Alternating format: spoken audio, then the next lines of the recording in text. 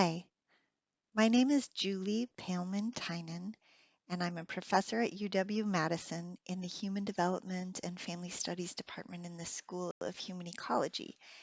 And I've been studying the effects of parental incarceration on children for the past 25 years. And so I'd like to talk with you today about some of the things that we've learned and also what we can do to help. So I'll be starting by presenting some information or facts that we've learned. And then for each of the items, I also ask the question, how can we help or what can we do to support children whose parents are incarcerated? During the past 30 years, the United States has been in a period of mass incarceration. And you can see from this graph how incarceration rates absolutely skyrocketed starting in the 1980s and continuing until about 2013, when the rate of incarceration of men dropped a little bit, although the rates for incarcerating women have continued to rise. Now, this is particularly important for children because the vast majority of incarcerated individuals are parents, and most of them are parents of minor children. And so whenever we think about who is incarcerated, it's always affecting the family, and in particular, it's often affecting children. So when I think of, well, what can we do? Efforts to decarcerate or decrease rates of incarceration can be helpful because we know that on average, parental incarceration has negative effects on children, except in the rare cases in which the child has been abused or in which the incarcerated father has extreme substance abuse. This graph looks kind of busy, but if you can just focus on the green and the orange sections, they represent the daily count of incarcerated individuals in the United States. And you can see that it looks like a lot, more than 1.3 million people are incarcerated in state prisons on any given day, and about 615,000 are incarcerated in local jails. Those are typically run by sheriffs departments or cities, and they're locally operated. But this doesn't tell the whole story. Actually, most incarceration in the United States is occurring in local jails. There were about 10 million admissions to local jails each year for the last many years. And again, individuals who are incarcerated typically have children. Now, jails also involve relatively short stays, and the same individual might be incarcerated more than once in a local jail, and this can be particularly challenging for children because they may have a parent leave for a little while and then come back and then go again, and that kind of churning or lack of stability can be really challenging, especially when children are young. Now, when I ask the question, what can we do about this? We can take local action very seriously. We don't have to wait until federal laws are passed necessarily, or even necessarily state laws. We can take action at the local level and try to work with the sheriff's departments, the police departments, prosecutors, local legislators to try to change the situation, to try to get rid of things like cash bail or people getting reincarcerated because of technical violations on their parole, or prosecuting really minor crimes, including unpaid tickets, and trying to find alternatives to more serious crimes such as unpaid child support or other issues, including substance-related issues. Also, most individuals who are incarcerated in local jails have mental health concerns, and so we can also take action on mental health issues.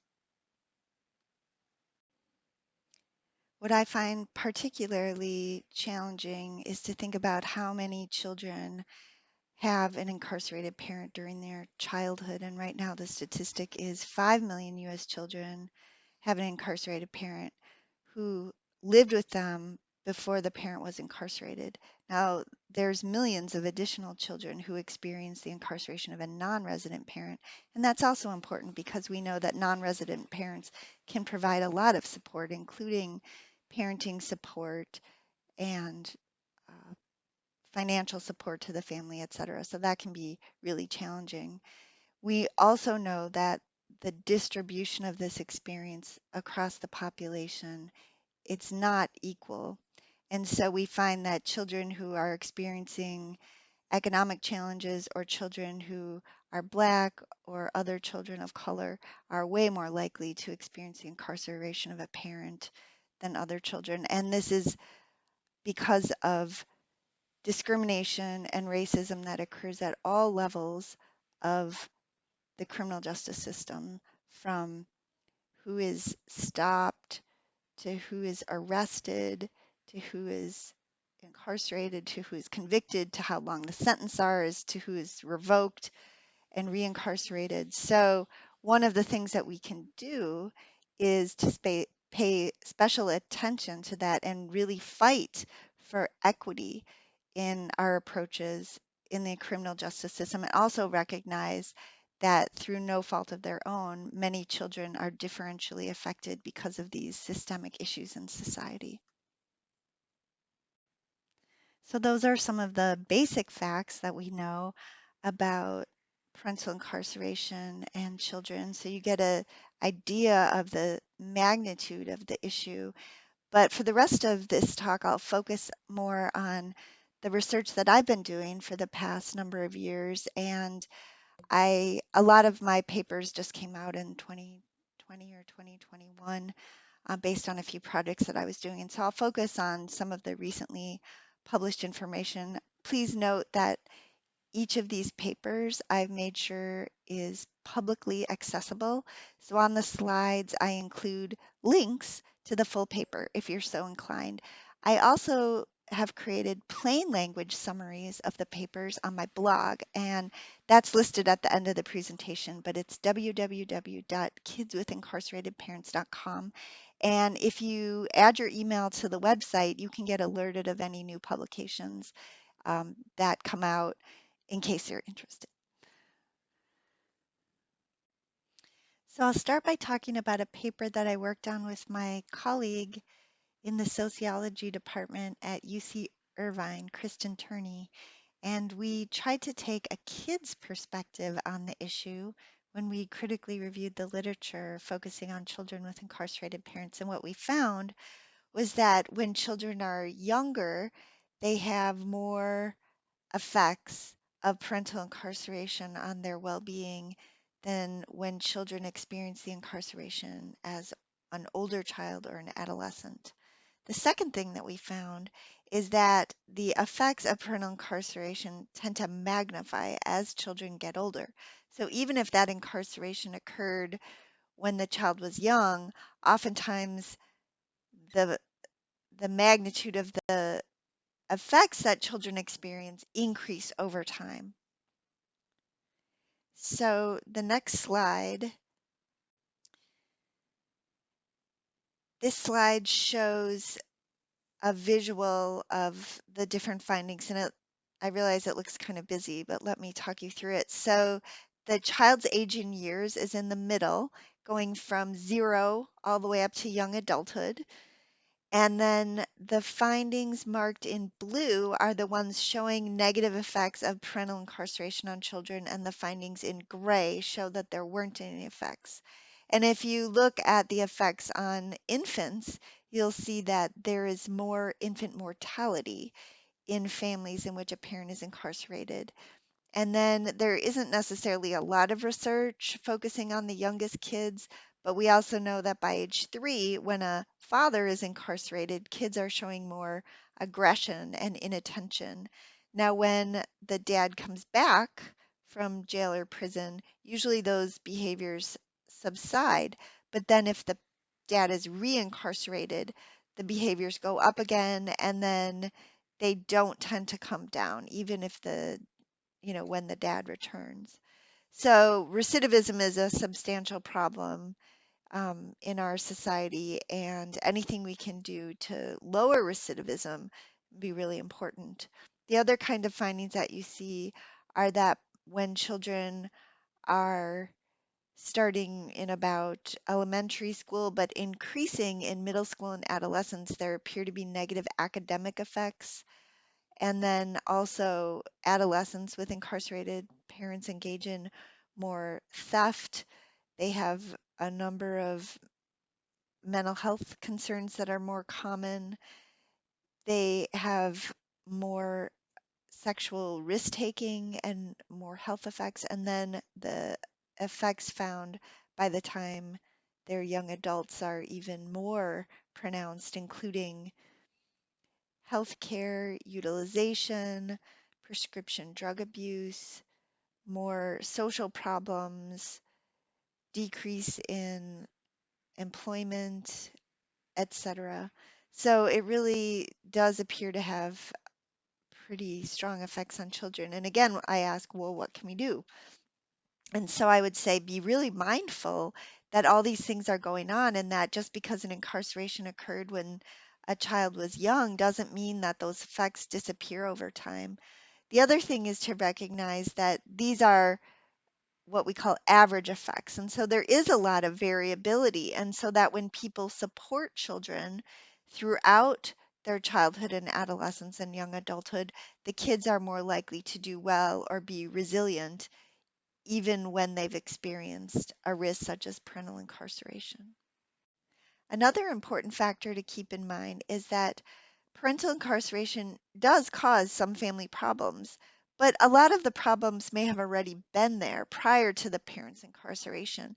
But the problem with incarceration is that it often magnifies vulnerabilities that are already present. And for children, we're finding that this occurs especially regarding residential instability and homelessness in the family, and then issues related to socioeconomic disadvantage and poverty. And this includes the family's dependence on public assistance, unemployment of the parents. And as you know, it's really difficult for formerly incarcerated individuals to get uh, jobs sometimes. And as I mentioned earlier, there are sometimes mental health concerns, but this can be exacerbated by incarceration. And it can also cause family conflict and diminished co-parenting, especially in the individual who's left behind. So when a dad is incarcerated, it's usually the mother who stays behind. But when a mom is incarcerated, it's usually a grandparent or other relative. And children with incarcerated mothers are 5 times more likely to end up in foster care than other children. So you can imagine the stressors that are happening in these families. And so my suggestion is, what can we do to help?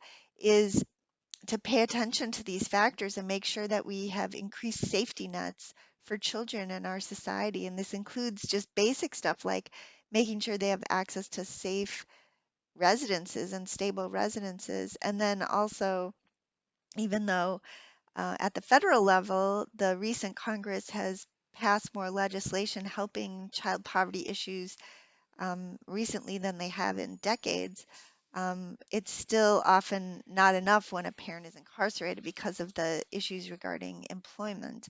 And then I would also say you could work locally with employers to make sure that they're taking individuals who may have been incarcerated in the past, that having a misdemeanor or felony on the record shouldn't just completely disqualify someone from having a job. So it really does help to work with employers to educate them. The second paper that I'll talk about is one that we called Getting Under the Skin, because we focused on how stress in the environment in the form of children witnessing their parents' arrest actually gets under their skin, or why oftentimes children seem to have delayed or additional effects as they grow older, even if this occurs when they're young. So in this particular study, we assessed kids who were aged 2 to 6, so they were very young, and all the dads were incarcerated at the time that we did our assessments. And children um, were divided into 2 groups. One group, they had witnessed the father's arrest, and then the other group had not. And then for all the children, we measured the physiological stress that the kids were experiencing cumulatively over several months. And by doing this, we looked at almost like we captured the kind of stressors that they were experiencing over time. And we measured the stress hormones, cortisol and cortisone, to do this. And so when someone is stressed, usually you see a rise in their stress hormones. And when they're not stressed again, usually that goes down again. Now, for children in this particular study, what we saw that on average their stress hormone levels were very high compared to other kids of the same age. But we also found that if a child witnessed their parents' arrest, you saw that increase in those stress hormones. But the really problematic thing is if a child, even before they witnessed the parents' arrest, was showing symptoms of stress in their behaviors, and they witnessed the parents' arrest, they showed what we call blunted cortisol reaction, which means that their body was just no longer responding to stress in the normal way. So that when a stressor came along, instead of getting that rise in cortisol and cortisone, they just stayed at this low level. And that's usually related to toxic stress and post-traumatic stress disorder. And so what we can conclude from this is that when the kids were already stressed and they had this additional big stressor of witnessing their dad's arrest, they just couldn't really cope with it physiologically any longer. And we think that this is one of the ways that having an incarcerated parent can have lasting effects on a child, because when a child shows blunted cortisol reactions, it is telling us that there's an effect on the child's entire stress response system, including the structure and function of the brain. And so it's really important to keep in mind that about 20 to 45% of children with an incarcerated parent have experienced witnessing the parent's arrest. And even though there are a number of protocols that have been developed by the International Association of Chiefs of Police, along with the Bureau of Justice, and social workers have worked on these issues as well, there are not very many law enforcement agencies that actually follow these child safe procedures. And so I would strongly encourage you to make sure that in your local community that the sheriffs and police are following child safety procedures when they are arresting individuals. If these procedures are followed, such as conducting the arrest out of the eye shot and earshot of children, making sure children are taken care of and supported, not using violence in front of children, explaining what is happening to children in plain language, giving the parent a chance to say goodbye to the child. If these are used, I think that a lot of the violence we've seen in the recent past, such as the killing of Philando Castile in his car with his stepdaughter in the back seat, and then also the incident in Kenosha where the father of 3 young children was shot as he was checking on the children in the car. I really do think that those incidents would decrease. In another study, we also looked at kids who witnessed their parents' arrest prior to the parents' jail incarceration. And this time we looked at kids aged 3 to 8. And we examined the health and development of the children in the months after the parent went to jail. And what we found is that in general, if a child already had some emotional symptoms going on and they witnessed the parent's arrest, they were more likely to have health problems, more intense negative reactions to the parent leaving, and continuing problems. In addition, children who witnessed the parent's arrest were also likely to exhibit missed developmental milestones, especially in their academic skills, including pre-literacy and literacy and pre-numeracy and numeracy, compared to children who did not witness their parents' arrest. And this is really important because, again, I was talking before about like academic issues come out as an effect of parental incarceration on children. And in these very young children, you can see it happening already. And so I think that the more support we can give kids in that early childhood period, the more we can help kind of boost them up with pre-K programs, kindergarten programs, elementary school programs, after school programs, etc., and really help them get on track so those trajectories don't end up becoming more and more um, problematic as children get older. So another thing I've been working on is developing and evaluating a number of different interventions for incarcerated parents and their children. And so this is a paper that recently came out that reflects the work of the interdisciplinary team that I'm on, and it includes Paha Charles, who's in the social work department, Maggie Kerr, who's in the Human Development and Family Studies Department, some of our graduate students, Jennifer Worth and Sarah Jensen, and Michael Masolia, who's in the Sociology Department at UW-Madison. And so together we kind of put our ideas together and developed an intervention to help decrease recidivism, but also build parent-child relationships and family resilience. And so I'll tell you about that in the next couple of slides. As I mentioned earlier, recidivism in parents who are incarcerated is a real problem for them, but also for their entire families, including the children. Recidivism rates are about 60%, depending on how it's measured, whether it's reincarceration or rearrest or technical violations of parole. But we know that there are a number of factors related to recidivism, such as the length of the parent's sentence, their employment status prior to incarceration, what kind of housing they have after incarceration, whether they struggle with mental health and substance use issues. But also, I think most importantly here in this discussion is their family ties and supports. And we know from lots of previous work that individuals who get more support from their families upon release into the community are more likely to be able to reintegrate into the community, which is positive for everyone. A key factor that has been found to be related to parental recidivism is maintaining and creating family ties, and that includes parent-child contact during parental incarceration. And when there's more parent-child contact, incarcerated parents are not only less likely to recidivate, but they're also less likely to break the rules inside the prisons. They show fewer symptoms of depressions, and they have more engaged relationships with their children. And there are quite a few barriers to parent-child contact during parental incarceration. And that's one of the reasons that we started doing our intervention. Not only does parent-child contact during incarceration improve reintegration into the community following incarceration, but it also is the amount of contact that occurs after incarceration.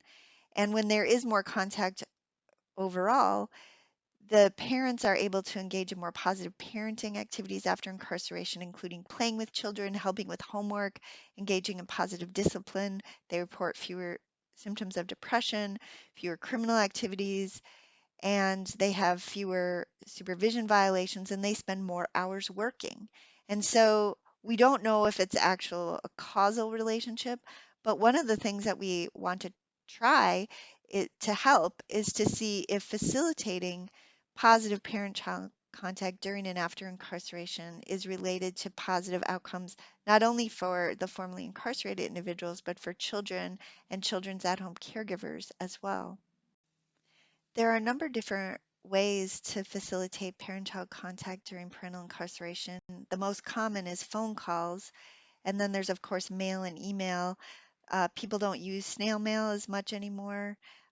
Many corrections facilities have the capacity to do email, but then there's also visits, which seem to be among the most powerful ways of connecting. And the different types of visits are contact visits, which are when people can like touch each other and see each other face to face. And the best kind for kids, they're called child-friendly visits. And I'll talk about them more in a little bit. But there's also a variety of non-contact visits, and those can be through plexiglass, where there's a barrier between the people, or it can be done through video, and it can be done in the corrections facility or remotely. And so one of the things that we did in looking at the literature was find that for little kids, those plexiglass or barrier visits can be particularly stressful. So we wanted to kind of stay away from those, even though around the country, that's what the vast majority of jails use for their visits. It's the prisons that are more likely to have the child-friendly visits, although that's rare, or even face-to-face visits. Most jails either have plexiglass or video visits, and so we decided, because most incarceration occurs at the jail level, that we really wanted to focus on jails, and so we knew we were going to be dealing with either plexiglass visits or video visits, and so we just decided to kind of go with that to try to maximize the impact of what we were doing. So we developed an intervention that we first tested in a pilot study, and now we're doing an evaluation of it because we found that it was feasible and that families really liked it and benefited from it. And so we used this sort of high tech, high touch strategies, and we decided to go with in-home video visits because children see those kind of video visits when they're in their homes as similar to like Skype or FaceTime or Zoom calls, and they're getting more and more used to that. And so it feels a little bit more developmentally normative than if they have to go to the jail to do some kind of visit.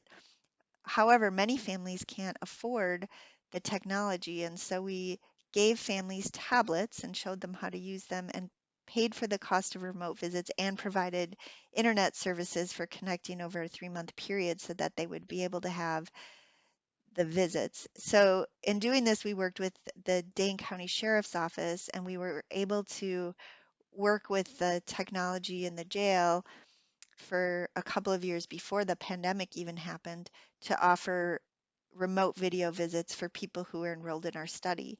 And luckily, they liked it so much that by the time the pandemic rolled around, they decided to just launch it for all the residents of the jail. And so we've been able to continue our study, although it's been remote for the past year and a half. So I'll give you some information about how we support the enhanced visits because it's not like you can just say, here, go visit and expect people to know how to interact with young children. So we try to give some support for that. So this is what our model looked like before the pandemic, where we did what's called visit coaching, where we gave people ideas for how to help children aged 3 to 12 connect during video visits, how to make it child focused and positive. And we did that using an approach called savoring, which means people focus on the positive experience that they've had because all of the incarcerated parents really, really miss their kids and the kids miss them too. But just focusing on how much they miss each other during a visit can sometimes lead to a lot of sadness and tears. And what we really want to see is not just not to ignore that, but not to have that be the focus. I mean, that can happen, of course, but we also wanted them to connect in a really meaningful way. And so we provided the coaching both to the at-home caregivers and the individuals in jail. During the pandemic, we do it remotely. And then we provide the families with the technology, and then the jail provides incarcerated individuals with the technology. And then we used to do in-person assessments, and we do those remotely as well. As of the summer, when I was counting these things, we had 41 jailed parents participate and 36 at-home caregivers who signed informed consent forms, and there were a total of 44 children from those families who participated. And 24 families successfully completed daily video visits, and the other families often had some video visiting, maybe not that extent. There were a few families who the incarcerated parent was discharged before um, the visits actually happened. So I'll give you some information about what we learned. So we mostly got very positive feedback when we did a follow-up interview with incarcerated parents and caregivers and children at 3 months. There were some areas for improvement. For example, there were some technical glitches and slow internet. And then the jail ended up switching their platform just because it was so glitchy, and so I think it's better now. But for example, one jail parent said this is one of the best programs that has been offered to the jail, and this is well needed because a lot of times incarcerated parents are really missing their kids, and this can be really important to them to connect. Another incarcerated parent, when asked about the program and what they visit about, said, "We start discussion with what she's doing now. She'll tell me about that and video chatting with her friends. And then she'll show me her room and how clean it is. But we'll do the majority of the time working on school because my wife is working from home now. So we'll take that time and it's some time for my wife to be in her own zone. And we'll go over math and reading and stuff." So we think this is really potentially beneficial because there can be actual parenting going on from the corrections facility, and it can potentially alleviate some of the burdens felt by the at-home caregiver and help the child with their academics. So it's something that really couldn't be done with visits that are conducted in a corrections facility. This is also a few examples of what the at-home caregivers had to say. So one caregiver said it's been really helpful, especially with keeping them all connected.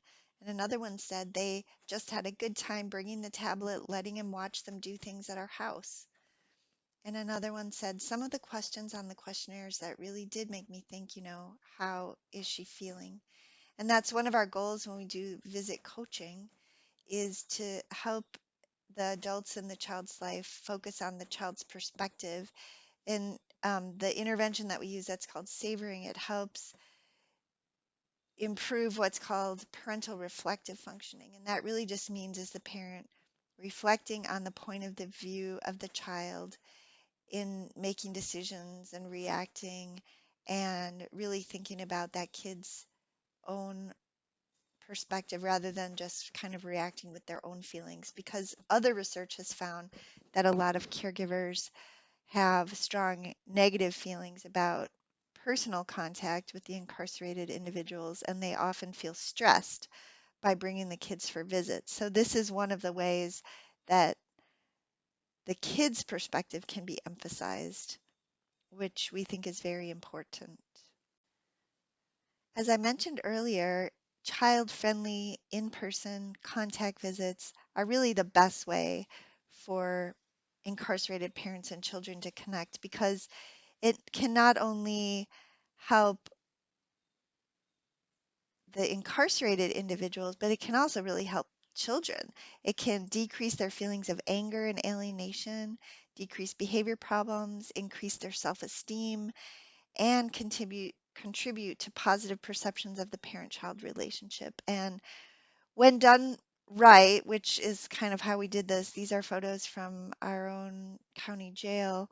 The incarcerated parents were in a parenting program that was offered as one of the family programs in the jail.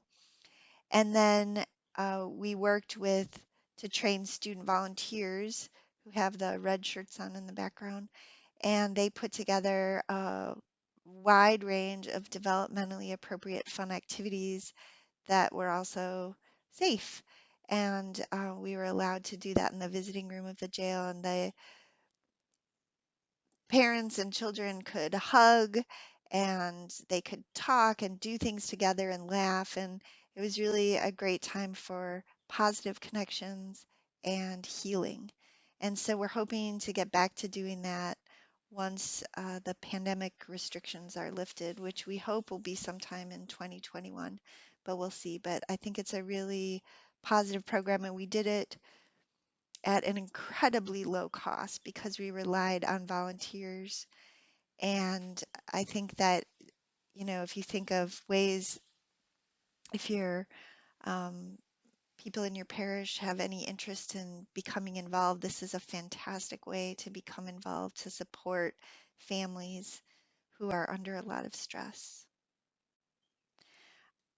A few years ago, I worked as an advisor for Sesame Street when they were developing materials for young children with incarcerated parents. And the materials are available free on the App Store and on the internet. And they are available in both English and Spanish.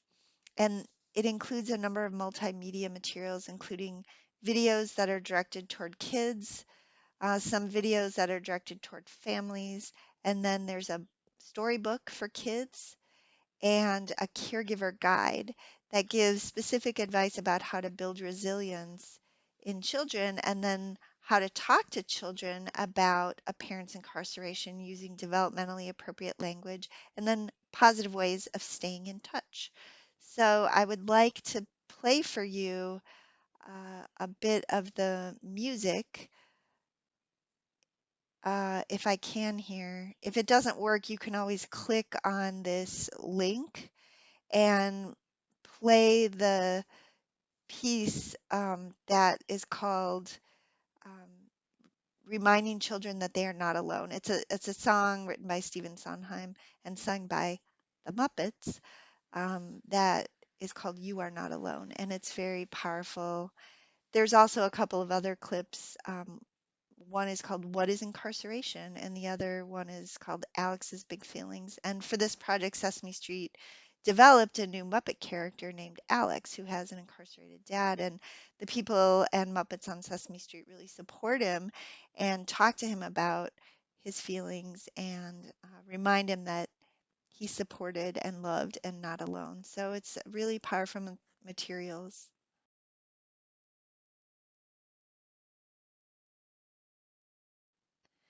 So I was not able to play that within this recording, but again, if you go to Sesame Street and Communities Incarceration, you'll be able to get it.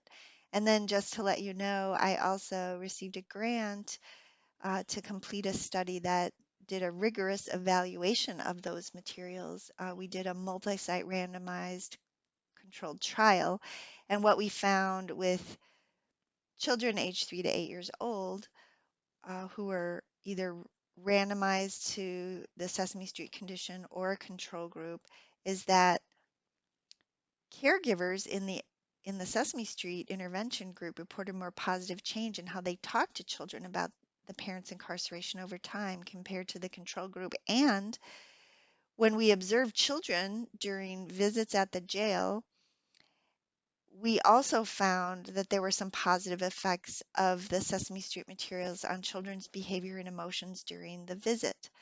So they are considered to be evaluated materials, and so I would recommend them because they can have some positive effects. And it's also, as adults, we can script Muppets, and even though little children perceive Muppets as children, we can make them say some really awesome, sensitive stuff, and that's why it's particularly useful as an intervention. So I mentioned earlier about the blog that I keep. It's just called kidswithincarceratedparents.com. And what I try to do is when an academic paper comes out, I write a summary of it in plain language so that it's easily accessible to the general public, to parents, to caregivers, to teachers, to all sorts of people so that they can make use of it because a lot of the work has implications for policy and practice and the what could we do piece. And as I mentioned, if you go to the blog, there's a spot where you can sign up with your email if you like to get updates. So I would encourage you to take advantage of that if you're interested in this topic. And really, I like to keep the child's point of view in mind in all of this work. And this is a Bill of Rights for children with incarcerated parents.